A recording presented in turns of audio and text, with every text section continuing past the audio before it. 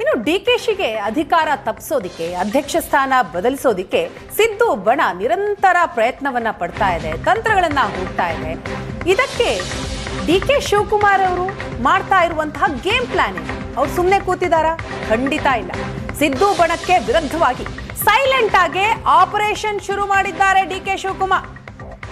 ಕಾಂಗ್ರೆಸ್ನಲ್ಲಿ ಶಾಸಕರ ಬೆಂಬಲ ಹೆಚ್ಚಿಸಿಕೊಳ್ಳೋದಿಕ್ಕೆ ಡಿಕೆ ಶಿವಕುಮಾರ್ ಈಗ ಮುಂದಾಗಿದ್ದಾರೆ.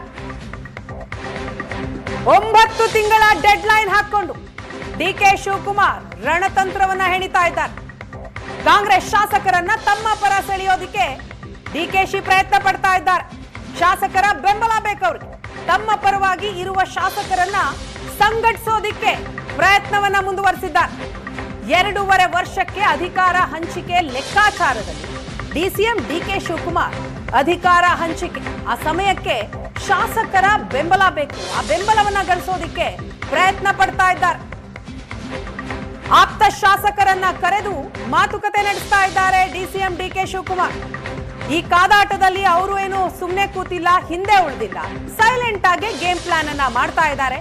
ಚುನಾವಣೆಯಲ್ಲಿ ಡಿಕೆ ಶಿವಕುಮಾರ್ ಇಂದ ಯಾರೆಲ್ಲ ಸಹಾಯ ಪಡೆದಿದ್ದಾರೋ, ಆರ್ಥಿಕ ಸಂಪನ್ಮೂಲವನ್ನ ಯಾರೆಲ್ಲ ಶಾಸಕರು ಪಡೆದಿದ್ದಾರೋ ಅಂತಹ ಶಾಸಕರನ್ನೇ ಟಾರ್ಗೆಟ್ ಮಾಡಿದ್ದಾರೆ ಡಿಕೆಶಿ.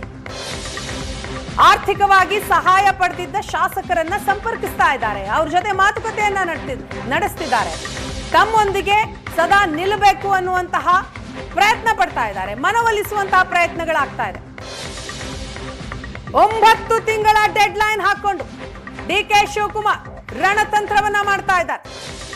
ಕಾಂಗ್ರೆಸ್ ಶಾಸಕರನ್ನ ತಮ್ಮ ಪರ ಸೆಳೆಯೋದು, ಸಿದ್ದು ಬಣಕ್ಕೆ ವಿರುದ್ಧವಾಗಿರುವಂತಹ ಶಾಸಕರು, ಜೊತೆಗೆ ಕಳೆದ ಚುನಾವಣೆಯಲ್ಲಿ ಡಿಕೆಶಿ ಅವರಿಂದ ಸಹಾಯ ಪಡೆದಂತವರು, ಆರ್ಥಿಕ ಸಂಪನ್ಮೂಲ ಸಹಾಯ ಪಡೆದಂತವರನ್ನ ಸಂಪರ್ಕ ಮಾಡ್ತಿದ್ದಾರೆ.